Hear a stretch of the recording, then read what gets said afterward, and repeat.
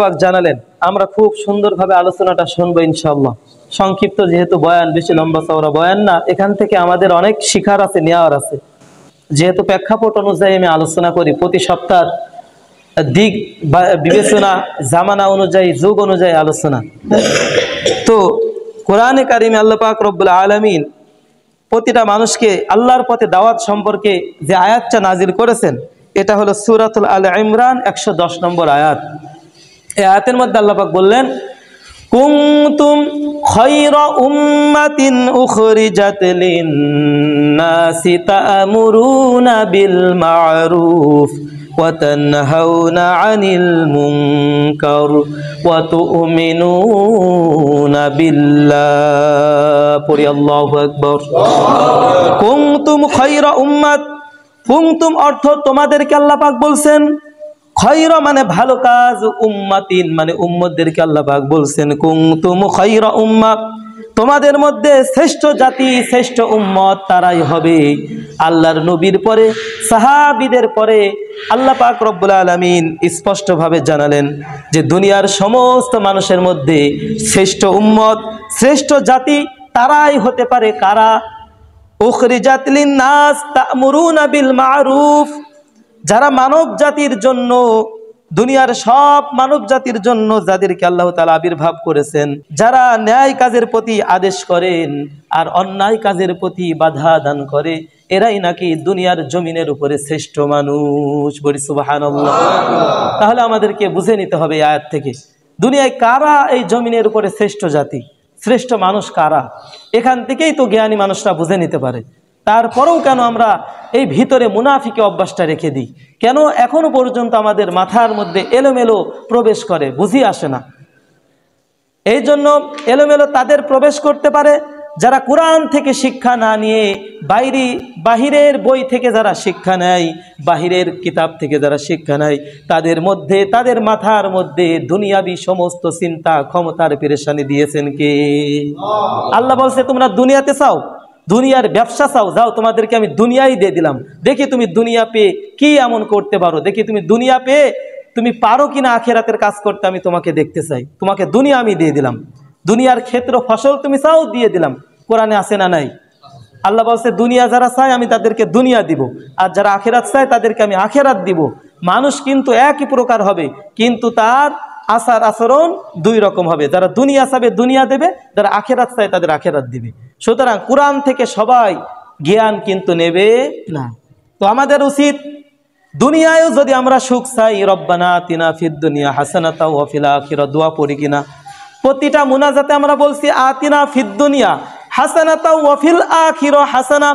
হে রব্বুল আলামিন, হে আমাদের প্রতিপালক, হে আমাদের সৃষ্টিকর্তা, দুনিয়াতে যেমন আমাদেরকে সুখে রাখার দরকার, সুখে থাকার দরকার, ঠিক তেমনই ভাবে আখিরাতেও আমাদেরকে এইভাবে সুখ দরকার।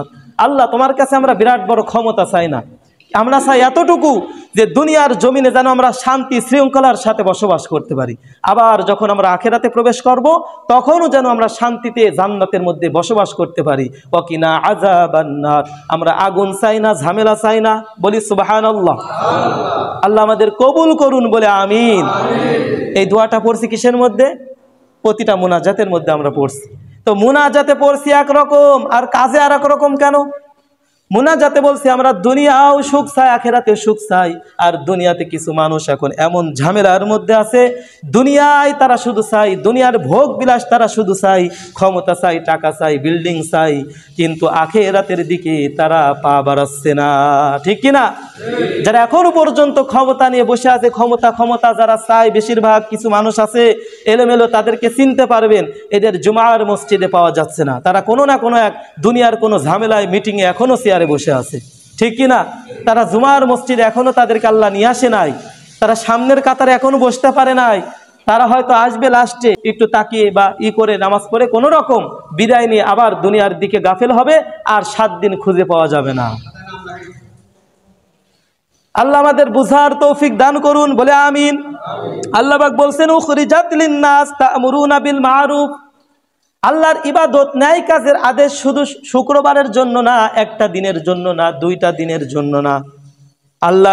আল্লাহর ন্যায় কাজের আদেশ করা আর অন্যায় কাজের বাধা দান করা, এটা কোন পর্যন্ত? কথা বলেন।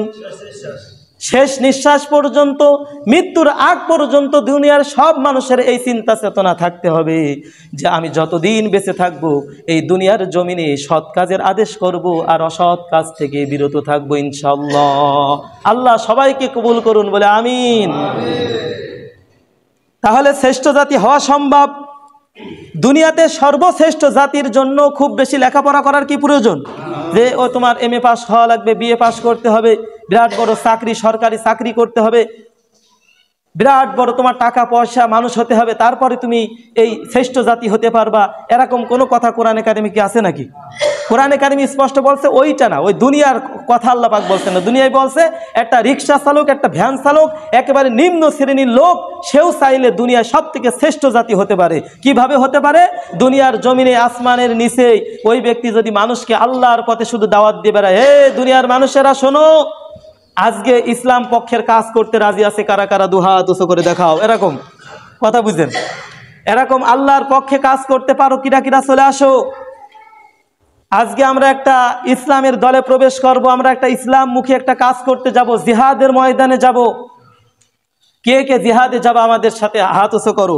এই যে আল্লাহর পক্ষে যারা কাজ করে, দুনিয়ায় বিসর্জন দেয় শুধু দুইটা জিনিসকে যারা বিসর্জন করে দেবে এই দুনিয়াতে, তারা হবে আল্লাহর পক্ষে ন্যায় কাজের লোক। অন্যায় কাজের বিরোধিতা লোক তারাই হতে পারে যারা আল্লাহর পক্ষে আল্লাহর রাহে কাজ করবে। তারা কারা? ইমানদার লোকেরা। ইমানদার কিন্তু আপনার সার্টিফিকেটে লেখা থাকবে না, ইমানদার আপনার কপালের মধ্যে লেখা থাকবে না, ইমানদার আপনার ব্যবহার আচরণের পরিচয়ের মাধ্যমে আল্লাহ পাক জানতে পারবে তুমি ইমানদার নাকি বেঈমানদার। আল্লাহ পাক কোরআনে কারিমে বললেন ইমানদার কিভাবে হওয়া সম্ভব? ইন্নাল্লাহ হাশতারা মিনাল মুমিনিনা আনফুসাহুম ওয়া আমওয়ালাহুম বিআন্না লাহুমুল জান্নাহ।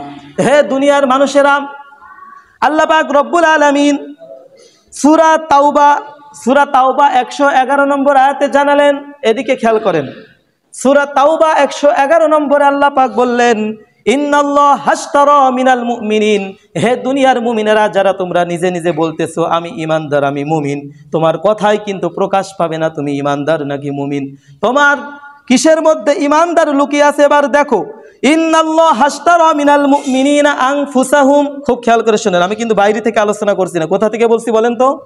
একেবারে ডাইরেক্ট কোরআন, সূরা তাওবার 111 নম্বর আয়াত। খুব খেয়াল করেন, বাড়িতে গিয়ে রিসার্চ করবেন হুজুর ভুল কথা বললো নাকি সঠিক কথা বললো, একটু দেখে আসি। আনফুসাহুম আমওয়ালাহুম বিআন্না লাহুমুল জান্নাহ। অর্থটা একবারে ক্লিয়ার বুঝিয়ে দিই। আনফুসাহুম অর্থ হলো জানের কথা বলছে। কিসের কথা? জানের কথা। তোমার ভিতরে যে জান আছে না, এই জানটা দুনিয়ার সব কিছুর থেকে তোমার কাছে কিন্তু অনেক দামি। কথা ঠিক কিনা? তোমাকে যদি কোনো একটা মানুষ এসে বলে তোমার দুনিয়ার যতগুলো আছে তোমার পরিবারের মানুষ ব্যতীত, আপন মানুষ ব্যতীত, তোমার বাড়ি ঘর আমি ছিনতাই করে নেব, তোমার টাকা পয়সা গরু ছাগল যা আছে সব কিছু আমি কিন্তু ছিনতাই করে নেব, কিন্তু তোমার জানকে শুধু বাঁচিয়ে রাখবো, বলো তুমি রাজি আছো কিনা? তুমি এক চান্সে রাজি হয়ে যাবে? এই হামলা তোমার উপরে যদি আসে তুমি রাজি হয়ে যাবে? আমার সব চলে যাক, জান যদি বেঁচে থাকে আবারও এমন দরজা খুঁটি সব কিছু লাগানো যাবে, ঠিক কিনা? আর জানই যদি না থাকে, এই গরু ছাগল এই বিল্ডিং বাড়ি এত সম্পদ আমার কি হবে? কথা কি বুঝিয়ে আসে? আল্লাহ পাক এই জন্য বলছে, দেখেন কোন জায়গা টার্গেট করলে আল্লাহ পাক এবার, যে আমি জানি তুমি দুনিয়ার সব কিছু দিতে পারবা আল্লাহর জন্য, কিন্তু দুইটা জিনিস দেওয়া খুব কঠিন তোমার দ্বারাই, অথচ ওই দুইটা জিনিস দিলেই তুমি দুনিয়াতে ইমানদার হতে পারবে, আর না হলে বেঈমানদার থেকে যেতে হবে মৃত্যুর আগ পর্যন্ত। মৃত্যুর আগ পর্যন্ত বেঈমানদার হয়ে থাকবা যদি এই দুইটা জিনিস না দিতে পারি। এক নম্বর কি দিতে হবে দুনিয়াতে আল্লাহর জন্য? একটু জোরে বলেন।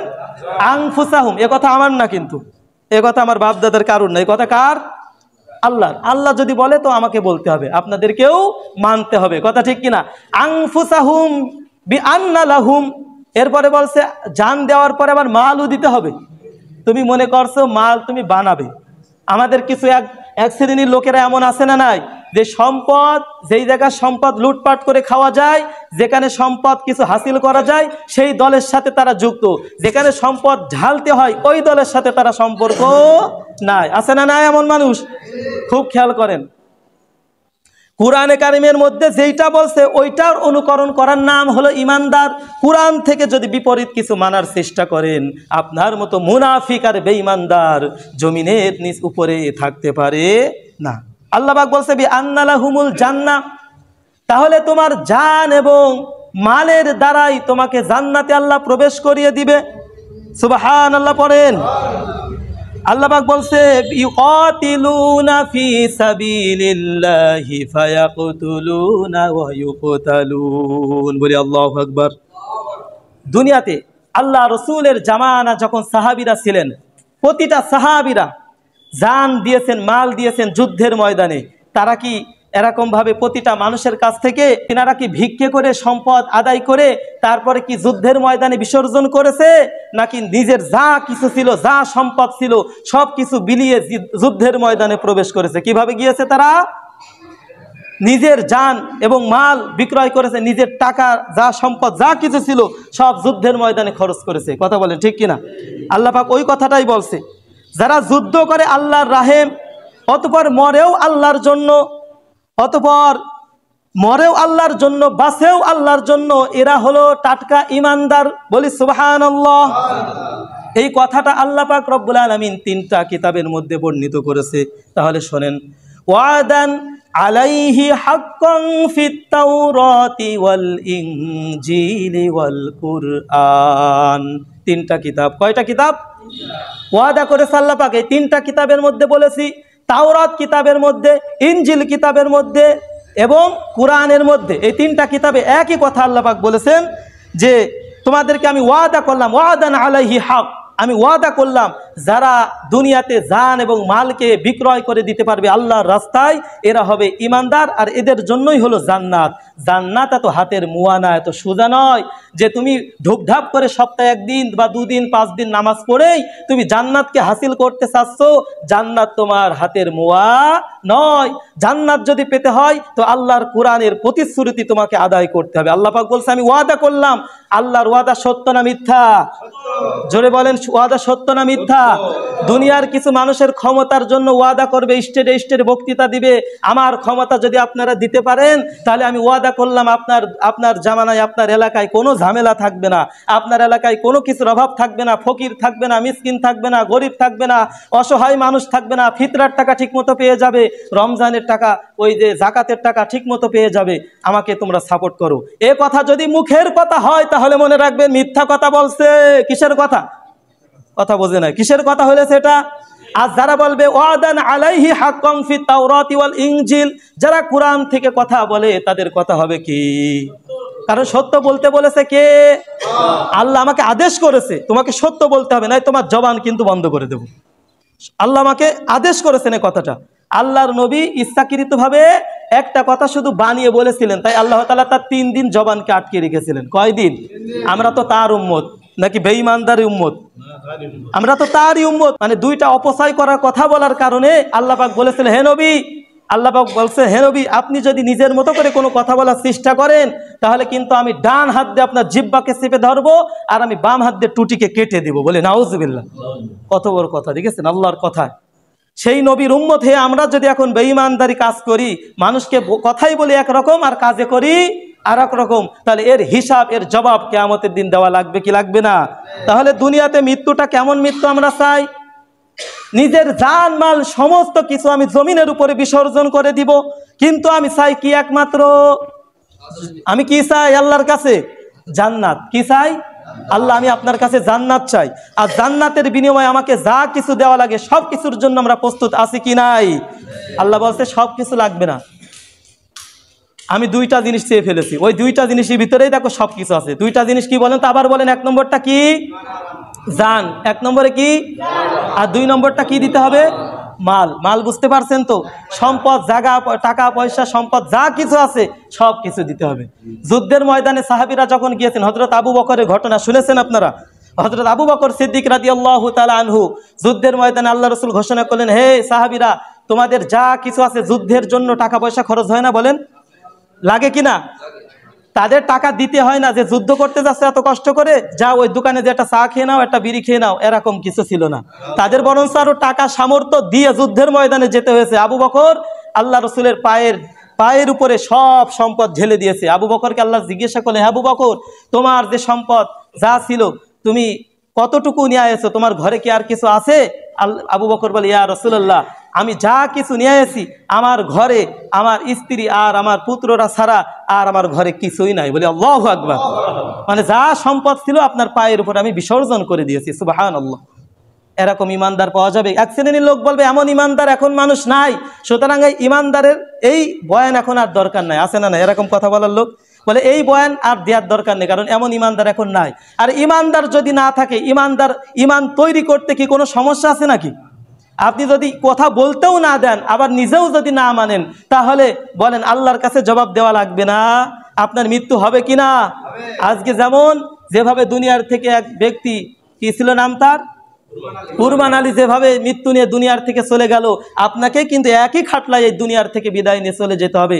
যতই ক্ষমতার বাহার দেখান, ক্ষমতা কিন্তু সারা জীবন থাকবে না। আর ক্ষমতা যদি দুনিয়ায় আসতে হয়, আমাদের উচিত একটা ক্ষমতার উপরে সব থেকে বেশি প্রতিশ্রুতি দেওয়া, আল্লাহ এবং আল্লাহর জন্য কাজ করতে হবে। সবাই রাজি আছেন ইনশাআল্লাহ? আল্লাহ আমাদের বুঝার তৌফিক দান করুন, বলে আমিন। প্রিয় মুসল্লিনে কেরাম, কথা বেশি বলবো না, জ্ঞানীরা অল্প কথাই বুঝে নেবেন যে আমাদেরকে দুনিয়াতে কোন রাষ্ট্র আমাদের পরিচালনা করার দরকার। আমরা কি ইসলাম চাই নাকি ইসলাম বিদ্বেষী চাই? ইসলাম যদি চাই, ইসলাম অর্থটা কি? আল্লাহ দুনিয়ার মধ্যে ধর্ম কিন্তু একটা তৈরি করে নাই, অনেকগুলো ধর্ম তৈরি করেছেন। তার মধ্যে আল্লাহর কাছে মনোনীত ধর্ম কোনটা? না, ইসলাম না। কিছু কিছু মানুষ মুখে ইসলাম বলছে, কিন্তু অন্তরে আবার আর একটা থাকতে পারে। অন্তরে আরেকটা যদি থাকে, আল্লাহর কসম করে বলছি, এই মসজিদের মেম্বারে বসে বলছি, ওই ব্যক্তি মুনাফিক। ওই ব্যক্তি কি?